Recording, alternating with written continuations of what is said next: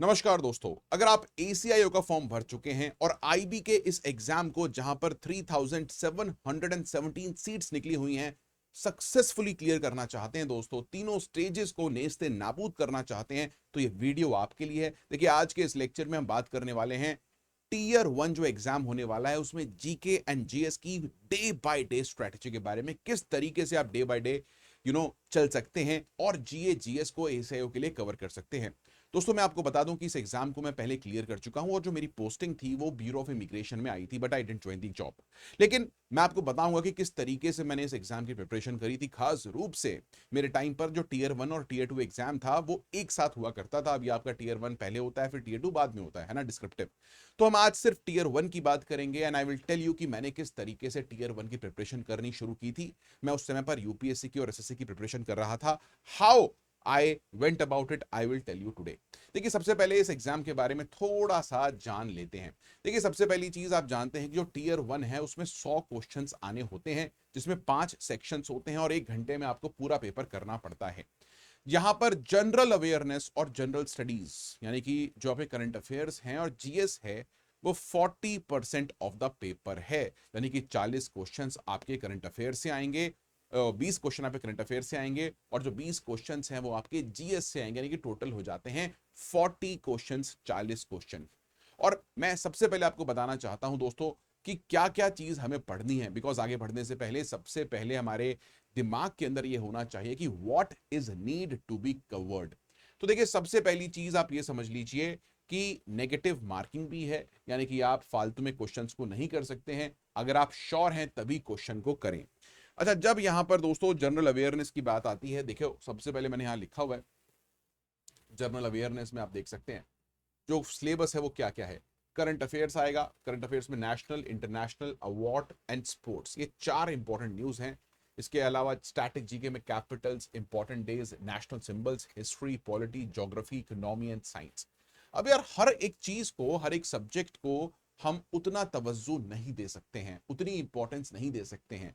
Example के रूप में अगर आप जीएस की बात करें तो पॉलिटी में से 7 से 8 क्वेश्चंस आते हैं, यानी कि जो पॉलिटी सब्जेक्ट है वो बहुत इंपॉर्टेंट है एसीआईओ के लिए।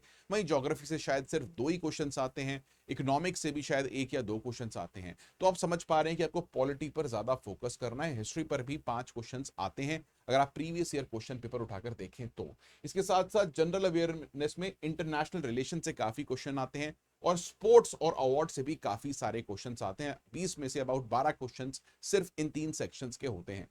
तो आपको कुछ इस तरीके से पढ़ना है कि आप इंपॉर्टेंट चीजों पर ज्यादा फोकस करें और दोस्तों उसके बाद जो थोड़ी सी लेस इंपॉर्टेंट चीजें हैं उस पर आप मूव ऑन करें। तो देखिए, सबसे पहली चीज आप ये समझ लीजिए कि आपको क्या क्या पढ़ना है, क्या क्या करना है। That I have told you, आपके सामने पूरा सिलेबस मैंने खोलकर यहां पर रख दिया है। It is quite critical. एक बार वेटेज की हम दोबारा से बात कर लेते हैं। देखिए, Indian polity highly weighted subject है, एक हिट टॉपिक है, हाई यील्डिंग टॉपिक है। आप यहां पर 5 से 6 क्वेश्चंस एक्सपेक्ट कर सकते हैं। तो आपको पॉलिटी के अंदर एक स्ट्रॉन्ग फाउंडेशन की रिक्वायरमेंट है, खास रूप से कॉन्स्टिट्यूशन में जो आर्टिकल्स होते हैं उसमें। ज्योग्राफी, इकोनॉमी में आपको ऑलरेडी बता चुका हूं कि यहां से 2 से 3 क्वेश्चंस ही आते हैं, तो उसको पढ़ना पड़ेगा, ये नहीं है कि आप छोड़ दें। वी विल रीड, मैं बताता हूं कि ज्योग्राफी में और इकोनॉमी में कहां से ज्यादा क्वेश्चंस आ रहे हैं। उसके बाद दोस्तों मैं आपको बता दूं कि हिस्ट्री जो है, हिस्ट्री में काफी क्वेश्चंस आते हैं और हिस्ट्री के अंदर जब हम बात करते हैं हिस्ट्री से, एंशियंट एंड मिडीवियल से 4 से 6 क्वेश्चंस आप एक्सपेक्ट कर सकते हो। वहीं मॉडर्न हिस्ट्री से और जो कल्चर वाला पार्ट है वहां से उतने सारे क्वेश्चंस नहीं आते हैं, ठीक है, but it is worth covering, थोड़ा बहुत तो पढ़ना पड़ता है। साइंस, टेक्नोलॉजी और एनवायरनमेंट से काफी कम क्वेश्चंस आते हैं, 1 से 2 क्वेश्चन साइंस से आएंगे, 1-2 एनवायरनमेंट से आएंगे। तो आपको इसको या तो जीएस में इंटीग्रेट कर लेना है या फिर ज्यादा तवज्जो इस पे नहीं देनी है। करंट अफेयर्स की बात करें तो government schemes and national news जो है वहां से 3 से 4 क्वेश्चंस आप कह सकते हैं आते हैं। स्कीम्स में से भी 2 से 3 क्वेश्चन आ जाते हैं दोस्तों। नेशनल अफेयर्स जो है वहां से भी 2 से 3 क्वेश्चन आ जाते हैं, ठीक है। लेकिन जो स्पोर्ट्स है वहां से, स्पोर्ट्स एंड अवार्ड्स है, 4 से 5 क्वेश्चंस दोस्तों वहां से आते हैं। ये काफी इंपॉर्टेंट है। अब दोस्तों देखिए, मैं जो स्ट्रेटजी आपके लिए लेकर आया हूं वो बहुत ही सिंपल स्ट्रेटजी है और वो सिंपल स्ट्रेटजी ये कहती है, सबसे पहली चीज आपको डेली कम से कम 2 से 3 घंटे, कम से कम अगर आप डेली 6 घंटे 7 घंटे आईबी के एसीआईओ पेपर की प्रिपरेशन को दे रहे हो, और आपको देने भी चाहिए, it is a very good opportunity, it is a very good job, तो आप कम से कम अगर डेली 3 घंटे डिवोट कर रहे हैं जीए और जीएस को, तो किस तरीके से आपको आगे बढ़ना है। देखिए मैं आपको यही रिकमेंड करूंगा कि आपको डेली कम से कम 3 घंटे जीए और जीएस दोनों को देने हैं। इसके अलावा आप मैथ्स जो क्वांट है, न्यूमेरिकल एबिलिटी है, वो करें। इसके साथ साथ दोस्तों रीजनिंग करें और थोड़ा बहुत इंग्लिश भी देख लें, ठीक है। So that is quite important thing. तो देखिए मैं आपको बताऊंगा कि सबसे पहली जो मेरी स्ट्रैटेजी रही थी और आपकी भी रहनी चाहिए, वो ये है कि आप डेली आधा घंटा आज से लेकर 45 दिन तक करंट अफेयर्स को दें, ठीक है। एटलीस्ट आधा घंटा डेली का आपको करंट अफेयर्स को देना है। इसमें आप न्यूज रीडिंग मत करें, कोई वीडियो कैप्सूल्स मत देखें। अगर आप एसीआईओ का बैच ज्वाइन कर रहे हैं, हमारा जो टेक्स्ट बुक का बैच हमने क्रिएट किया है, तो उसके अंदर आपको करंट अफेयर्स की सारी बुकलेट्स प्रोवाइड कर देंगे पीडीएफ फॉर्मेट में। आप सिर्फ डेली आधा घंटा उस पीडीएफ को पढ़ सकते हैं। नहीं तो यार आप मनोरमा की एक कंपाइलेशन आती है ईयरली, वो खरीद सकते हैं। वो उतनी ज्यादा इफेक्टिव नहीं होती है, ठीक है। लेकिन स्टिल देखो, मैं तो यूपीएससी की प्रिपरेशन कर रहा था, तो मैं डेली न्यूज़पेपर रीडिंग करता था उस समय पर। लेकिन अगर आप डेली न्यूज़पेपर रीडिंग नहीं कर रहे हैं, तो आपको एक ईयरली कंपाइलेशन उठाकर उसको पढ़ने की जरूरत है, और डेली आधा घंटा उस कंपाइलेशन को पढ़ने के लिए आपको देना है।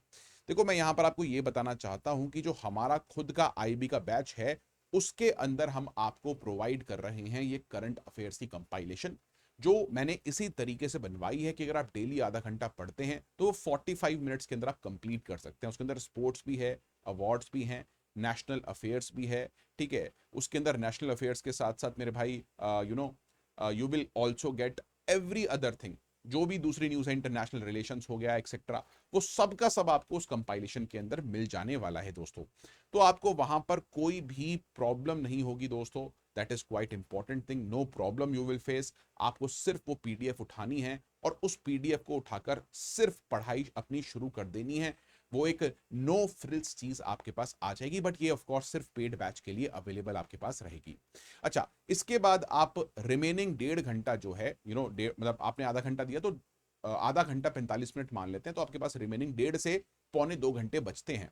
कभी किसी दिन आपने 50 मिनट भी दे दी करंट अफेयर्स को, है ना, कभी किसी दिन आधा घंटा दिया, कभी किसी दिन 20 ही मिनट दे पाए, लाइक दैट। तो मैं एवरेज यहां पर आधा घंटा लेकर चल रहा हूं कि आप आधा घंटा देंगे इसके लिए, ठीक है। तो that is quite important thing as you can understand. अच्छा, इसके बाद जब हम बात करते हैं, तो मैं आपको बता दूं कि आईबी का एसीओ का जो कोर्स है दोस्तों, ये लाइव हो चुका है दोस्तों।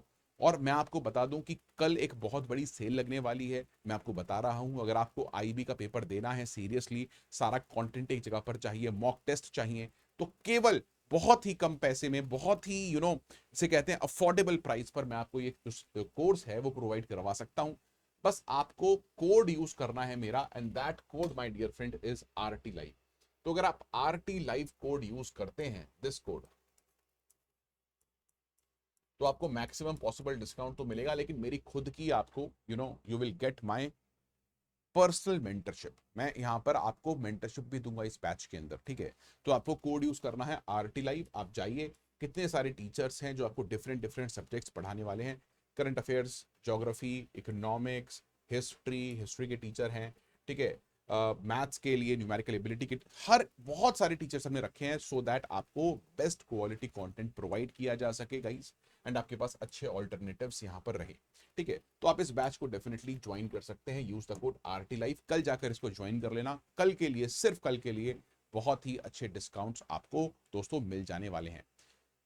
तो देखो, सबसे पहली चीज मैं आपको बता चुका हूं, आधा घंटा 45 मिनट्स दो करंट अफेयर्स को, और बचा हुआ 2 घंटे के आसपास दो जनरल स्टडीज को। अच्छा, जनरल स्टडीज की जब बात उठती है, जनरल नॉलेज की जब बात उठती है, तो सर क्वेश्चन ये उठता है कि हम जनरल नॉलेज कहां से पढ़ाई शुरू करें।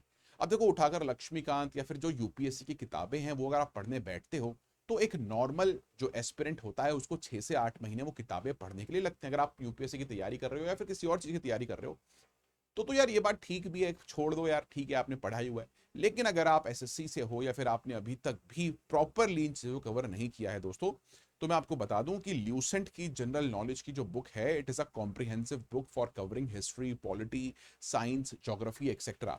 और ये स्टैटिक जी के लिए के लिए काफी अच्छी बुक है दोस्तों, मनोहर पांडे जी की। आप इसको ले लीजिए। अगर आपको ये बुक पसंद नहीं आती है तो आप स्पेक्ट्रम की एक किताब आती है जनरल नॉलेज की, उसको भी आप उठाकर ले सकते हैं। अरिहंत की एक बुक आती है, सॉरी, ठीक है, जीके के बुक्स में क्विक फैक्ट्स रहते हैं, तो वो भी आप उठाकर पढ़ सकते हैं। It is quite important. तो एक बार मैं सब्जेक्ट वाइज यहां पर चलूंगा कि किस तरीके से आपको अपना चीजों को करना है। देखिए, तो एग्जाम्पल के रूप में हम सबसे पहले बात करते हैं कि भाई आपको डे वन पर क्या करना है। अगर आप अपनी प्रिपरेशन चालू कर रहे हैं तो अपनी प्रिपरेशन आप किस तरीके से शुरू करें। देखिए, सबसे पहली चीज आप क्या करें, डे वन पर, पहले दिन पर आप सीधा शुरू करें जनरल स्टडीज से। आपको करंट अफेयर से शुरू नहीं करना है। आपको 2 घंटे जनरल स्टडीज पढ़नी है और उसमें आपको जो इंटरेस्टिंग सब्जेक्ट लगता है वहां से शुरू करें। एग्जाम्पल के रूप में आपको पॉलिटी पसंद आता है तो आप पॉलिटी से शुरू करें, या फिर एग्जाम्पल के रूप में आपको ज्योग्राफी पसंद आता है तो ज्योग्राफी से आप शुरू करें। जो शुरुआत है वो एक इंटरेस्टिंग सब्जेक्ट से होनी चाहिए, जिससे कि आप कंसिस्टेंटली उस चीज को कर सकें। तो मैं एग्जाम्पल ले लेता हूं, वीक 1 यानी कि डे 1 पर मुझे पॉलिटी पसंद है मेरे भाई, तो मैं पॉलिटी एंड कॉन्स्टिट्यूशन से अपनी प्रिपरेशन शुरू कर रहा हूं। ठीक है, तो देखिए, मैं पॉलिटी को रिकमेंड इसलिए करूंगा, पॉलिटी एक हाईएस्ट यील्डिंग एरिया है, खास रूप से एसीआईओ के लिए, क्योंकि 5 से 6 क्वेश्चंस आपको पॉलिटी से देखने को मिल जाने वाले हैं। तो एक बार आप शुरुआत में पॉलिटी को पढ़ लो, स्टार्टिंग के 8-10 दिन, और उसके बाद लास्ट में जब 45 दिन खत्म हो जाएंगे, क्योंकि आपका एग्जाम आने में लगभग 60 दिन है, तो आपके पास लास्ट 15 दिन बचेंगे इसको एक बार और रिवीजन करने के लिए, एक बार रिवाइज करने के लिए। तो आप डे 1 पर शुरू कीजिए कॉन्स्टिट्यूशनल फ्रेमवर्क एंड प्रियम्बल। ये एक बहुत ही इंपॉर्टेंट पार्ट है दोस्तों। मैंने यहां पर लिखा हुआ है वीक 1 में डे 1 कॉन्स्टिट्यूशनल एंड प्रियम्बल। तो आप यहां से शुरू कीजिए, आप किताब उठाइए ल्यूसेंट की और पूरा चैप्टर कम से कम 1 बार 2 बार पढ़ डालिए, रीड कर लीजिए। नोट्स बनाने की जरूरत नहीं है, लेकिन जहां जहां आपको चीजें इंपॉर्टेंट लगे वहां वहां पर अंडरलाइन कर लीजिए। अच्छा, जब आप इस चैप्टर को पढ़ लें तो एसीआईओ के प्रीवियस ईयर क्वेश्चंस उठाकर देखें कि किस तरीके से यहां पर क्वेश्चंस की फ्रेमिंग की गई है। अगर आप ये क्वेश्चंस उठाकर नहीं देखेंगे तो वो प्रॉब्लम है, क्योंकि देखो, हर एक चीज को पढ़ने का तरीका होता है, आप किस चीज के लिए पढ़ रहे हो। ठीक है, that is quite important thing. ठीक है, अब इसके अंदर जब आप आएंगे तो आपको constituent assembly, philosophy of the constitution, preamble, union versus state, emergencies, इन सब चीजों के बारे में पता चलेगा। एक सोवरन कंट्री क्या होती है, रिपब्लिक कंट्री क्या होती है, स्टेट यूनियन टेरिटरी क्या है, कौन से आर्टिकल में है, कौन से पार्ट में है, ये सब चीजें आपको पता चलेंगी। तो ये पहला पार्ट जो है ल्यूसेंट से आपने पढ़ लिया। उसके बाद आप डे 2 पे आते हैं। डे 2 पे आपको सिर्फ 3 चीज पढ़नी है, fundamental rights, directive principle of state policy and fundamental duties. अब यहाँ पर आर्टिकल्स को रटना है। जब आप इस चैप्टर को पढ़ लें तो आर्टिकल नंबर 12 से लेके आर्टिकल नंबर 51 तक एक कॉपी में लिख लें, और उसके बाद उस आर्टिकल के सामने 1 या 2 शब्दों में उस आर्टिकल को डिफाइन करें। एग्जाम्पल के रूप में आर्टिकल नंबर 19 वो बात करता है फ्री स्पीच की, तो मैंने सिर्फ उसके आगे लिख लिया फ्री स्पीच। तो इस तरह से 2 शब्दों में उस आर्टिकल को याद करने का प्रयास करें और उसको सामने चिपका दें, और डेली जैसे ही आप सुबह उठें 5 मिनट उस शीट को देख लीजिए। ठीक है, फिर आप डे 3 पे आते हैं। आप वहां पर यूनियन गवर्नमेंट, पार्लियामेंट और प्रेसिडेंट की बात कर लें। डे 4 पर government structure, prime minister, cabinet, state government, इसकी बात कर लें। डे 5 पर जुडिशरी, कॉन्स्टिट्यूशनल स्टैट्यूटरी बॉडीज देख लें। डे 6 पर आप जो बचे हुए पॉलिटी के टॉपिक्स हैं उसको देखें। और एक हफ्ते के अंदर मुझे लगता है कि अगर आप ल्यूसेंट से पढ़ेंगे, एक हफ्ते के अंदर डेली 2 घंटा आप देंगे, तो आपकी वो जो बुक है उसकी प्रॉपर रीडिंग आप 1 बार 2 बार कर पाएंगे। एक चैप्टर को एटलीस्ट 2 बार पढ़ें, आराम से आप पढ़ सकते हैं उसको। ठीक है, और 7th डे पर दोबारा से सभी चैप्टर्स का एक बार रिवीजन कर लें। जो जो पार्ट्स आपने अंडरलाइन किए थे उसको दोबारा पढ़ लें, आर्टिकल्स को देख लें कौन से इंपॉर्टेंट थे। ठीक है, किस तरीके से क्या चीज होती है, कहां पर स्पेशल मेजॉरिटी की जरूरत है, ये सब चीजें एक बार 7th डे पर रिवाइज कर लें। वो चीज काफी इंपॉर्टेंट आपके लिए हो जाती है। तो वीकली रिवीजन कर लें। और साथ ही देखो, अगर आपने ज्वाइन किया है एसीआईओ का बैच, तो आप वहां पर एक क्विज दे सकते हैं, आकर प्रैक्टिस कर सकते हैं पॉलिटी के क्वेश्चंस को, वो आकर करें। नहीं तो यार आप एमसीक्यू उठा लें कहीं से भी इंटरनेट से और उसको एक बार देना शुरू करें। फिर नेक्स्ट डे पर आते हैं। नेक्स्ट डे पर दोस्तों आप शुरू करें एंशिएंट हिस्ट्री से मेरे हिसाब से, बिकॉज जो एंशिएंट हिस्ट्री है दोस्तों और मिडीवल हिस्ट्री है, वो अगर आप अभी पढ़ेंगे तो बाद तक भूल जाएंगे। तो आपको अभी पहले पढ़नी जरूरी है और उसके बाद में रिवाइज करना उसको जरूरी है। ठीक है, तो हिस्ट्री काफी ब्रॉड है और it will take more time than polity. तो इसीलिए आपको सबसे पहले दोस्तों 8th डे पर बैठकर एंशिएंट हिस्ट्री से शुरू करना है। आप हड़प्पा मोहनजोदारो से शुरू करना और सीधा सीधा दोस्तों मौर्यन अंपायर तक पढ़ना। आप सबसे पहले सिर्फ पॉलिटिकल हिस्ट्री पढ़ना, यानी कि कौन राजा थे, कौन महाराजा थे, कौन कौन से एरियाज उन्होंने कैप्चर किए हुए थे और किस तरीके से बेसिकली चीजें चल रही थी। सिर्फ और सिर्फ यही चीज आपको पढ़नी है, इसके अलावा आपको कोई और चीज मेरे भाई नहीं पढ़नी है। प्लीज ट्राई टू अंडरस्टैंड, ठीक है। उसमें आर्ट एंड कल्चर में अभी मत घुसना, मत घुसना, मत घुसना, ठीक है।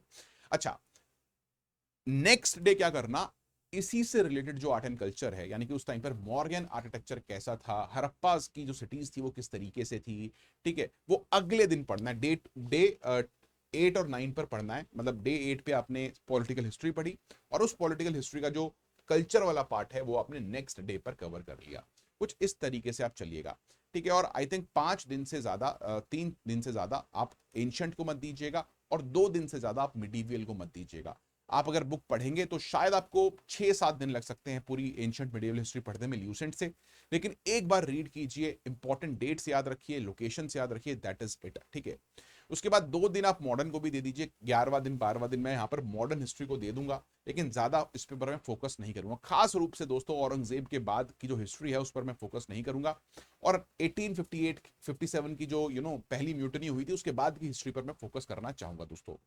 उसके बाद मैं आगे बढ़ूंगा और इसका जो हिस्ट्री का कंक्लूजन है वो खत्म कर दूंगा, ठीक है। तो 12वें दिन तक मैं मॉडर्न इंडिया को पूरी तरीके से निपटा दूंगा दोस्तों, टोटली नेस्ते नाबूद कर दूंगा। 13वें दिन एक बफर दिन रखूंगा, क्योंकि भाई कभी कुछ चीज रह जाती है उसको दोबारा पढ़ना है। और 14वें दिन मैं आऊंगा और हिस्ट्री का पूरा रिवीजन कर दूंगा।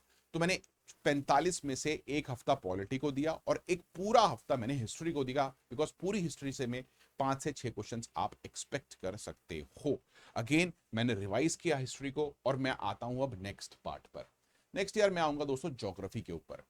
तो थर्ड सब्जेक्ट में उठाऊंगा दोस्तों वो है ज्योग्राफी का subject, geography Indian and world and environment. अब देखो ज्योग्राफी प्लस एनवायरमेंट से मिलाकर आप एक्सपेक्ट कर सकते हो 3 क्वेश्चन आ जाएंगे, 3 क्वेश्चन एट मैक्स, है ना। तो मैं सबसे पहले फिजिकल ज्योग्राफी के बेसिक्स पढ़ूंगा, अर्थ का स्ट्रक्चर किस तरीके से है, क्लाइमेट के बेसिक्स क्या है, लैटिट्यूड लॉन्जिट्यूड क्या होती है, ठीक है, मॉनसून क्या है, सोलिस्टिस क्या है, इक्वेटर क्या है, ठीक है, ट्रॉपिक ऑफ कैंसर कहां पर है, कैप्रिकॉन कहां पर है, ठीक है, वॉल्केनोज, अर्थक्वेक्स, एटमॉस्फेयर के डिफरेंट लेयर्स, इन सब के बारे में मैं स्टैटिकली रीड करता चलूंगा। और ये सब मैं करूंगा डे 15 एंड डे 16 पर। तो 15वें दिन पर सॉरी ये आ गया, जी हाँ, 15वें दिन पर मैं ये चीजों को करने की कोशिश करूंगा। This is what I will do. 15th और 16th डे पर मैं ये करूंगा और मैं यहां पर बेसिक ल्यूसेंट से ये चीजें पढ़ना शुरू करूंगा। तो 2 दिन मैं फिजिकल ज्योग्राफी को दे दूंगा, 15 और 16, और 17th डे से मैं इंडियन ज्योग्राफी पर आऊंगा, और जहां पर मैं इंडिया के नॉर्दर्न प्लेन्स के बारे में, हिमालयाज के बारे में, इन सब चीजों के बारे में अच्छे से पढ़ूंगा और चीजों को बुक के साइड में नोट डाउन करता चलूंगा। सो डे 17 पर मैंने इंडियन ज्योग्राफी कंप्लीट कर ली। डे 18 तक मैंने एक बफर दिन दे दिया, चलो ठीक है भाई, उसमें मैंने एग्रीकल्चर जो दूसरे रिसोर्सेज हैं उसके बारे में पढ़ लिया। तो मेरी डे 17 और डे 18 तक पूरा कंप्लीट हो गया है ज्योग्राफी का इंडियन पार्ट और फिजिकल पार्ट। सिर्फ 2-2 घंटे मेरे को रीडिंग करनी है, मेरे को बहुत ज्यादा डीप में नहीं जाना है, मुझे सिर्फ बुक की प्रॉपर रीडिंग करनी है दोस्तों। नोट्स बनाने बैठोगे नहीं कर पाओगे, प्रॉपर रीडिंग करो बुक की उठाकर एक बार, ठीक है। उसके बाद वर्ल्ड ज्योग्राफी में सिर्फ मैं माउंटेन्स के बारे में देखूंगा, मेन रिवर्स जो है वर्ल्ड की उनके बारे में देखूंगा, वर्ल्ड के क्लाइमेट्स के बारे में देखूंगा। इसके अलावा मुझे और कुछ देखने की जरूरत नहीं है। I will not see anything else.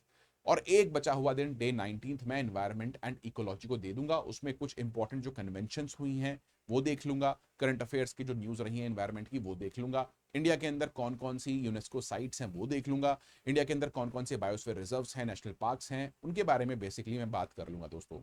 उसके बाद मुझे करना है रिविजन। डे 20 पर आई विल डू रिविजन। 20वें दिन पर आप 21वें दिन पर आप रिविजन कर लो दोस्तों, और एक बार देख लो कि भाई क्विज देकर कि क्या आप क्वेश्चंस कर पा रहे हो। यहां पर भी सेम चीज करनी है आपको, प्रीवियस ईयर क्वेश्चंस देखने हैं डे 20 पर। अच्छा, ज्योग्राफी के बाद आई विल मूव फॉरवर्ड और मैं शुरू करूंगा अब इकोनॉमिक्स। तो 22वें दिन से मैं इकोनॉमिक्स शुरू करूंगा। तो आपने एक वीक पूरा का पूरा दिया पॉलिटी को, एक वीक पूरा का पूरा दिया हिस्ट्री को, और एक वीक पूरा का पूरा दिया ज्योग्राफी को प्लस एनवायरमेंट को। अब मैं आता हूं दोस्तों इंडियन इकोनॉमी पर। मुझे सिर्फ 4 दिन इकोनॉमी को देने हैं, यहां पर ज्यादा कुछ नहीं आता। इकोनॉमिक के जो फंडामेंटल्स हैं उनको पढ़ लो, जीडीपी क्या है, जीएनपी क्या है, इन्फ्लेशन क्या है, डिफ्लेशन क्या है, फिस्कल पॉलिसी क्या है, मॉनेटरी पॉलिसी क्या है, बजट क्या है, क्या इस बार का बजट आया है। तो ये आप सब कुछ 2 दिन के अंदर पढ़ सकते हो, जस्ट बेसिक्स पढ़ लो। इसके अलावा आप इंडिया की इकोनॉमी पर थोड़ा सा सेकंड डे से आओ, प्लानिंग क्या रही है इंडिया में, नीति आयोग क्या है, ठीक है, क्या करता है, एग्रीकल्चर किस तरीके से है, बैंकिंग, नेक्स्ट डे पर आप बैंकिंग और फाइनेंस और गवर्नमेंट स्कीम्स पर आ जाओ, और फोर्थ डे पर आप इंटरनेशनल इकोनॉमी एंड रिपोर्ट्स की बात कर लो कि आईएमएफ और वर्ल्ड बैंक कौन कौन से रिपोर्ट निकालते हैं, ब्रिक्स ने कौन सी रिपोर्ट निकाली है, एफडीआई एफआई का क्या डेटा है। तो 4 दिन मैंने यहां पर दिया और 5वें दिन पर मैंने इकोनॉमी का रिवीजन चालू कर दिया मेरे भाई। That's it. डे 27 पर मैं आऊंगा जनरल साइंस पर। मैं सबसे पहला दिन दूंगा 27 को फिजिक्स और केमिस्ट्री पर, उसके जो बेसिक्स हैं वो पढ़ूंगा, बिल्कुल बेसिक्स, ठीक है। 2 दिन दूंगा मैक्सिमम इस पर, और उसके बाद 29th डे पर मैं दूंगा बायो को, 29th and 30th day I will give to bio. तो टोटल मैं 30 दिन पर पहुंच चुका हूं, मेरे को 1 महीना हो गया तैयारी करते हुए मेरे भाई। मेरा एग्जाम आने वाला है, उसके लिए अभी 1 महीना और बचा हुआ है, एंड मैं ऑलमोस्ट अपना जीएस यहां पर कंप्लीट कर रहा हूं, ठीक है। अब आता है 5वां वीक। अब 5वें वीक पर मेरे भाई आपको शुरू करना है साइंस एंड टेक का करंट अफेयर वाला पार्ट। उसमें आप स्पेस और डिफेंस रिलेटेड न्यूज पढ़ो सबसे पहले, ठीक है। कंप्यूटर और आईटी रिलेटेड न्यूज पढ़ो, वो उसके लिए मैं 1 दिन रखूंगा, उससे ज्यादा मैं टाइम इसको नहीं दूंगा। ये बात आपको याद रखनी है दोस्तों।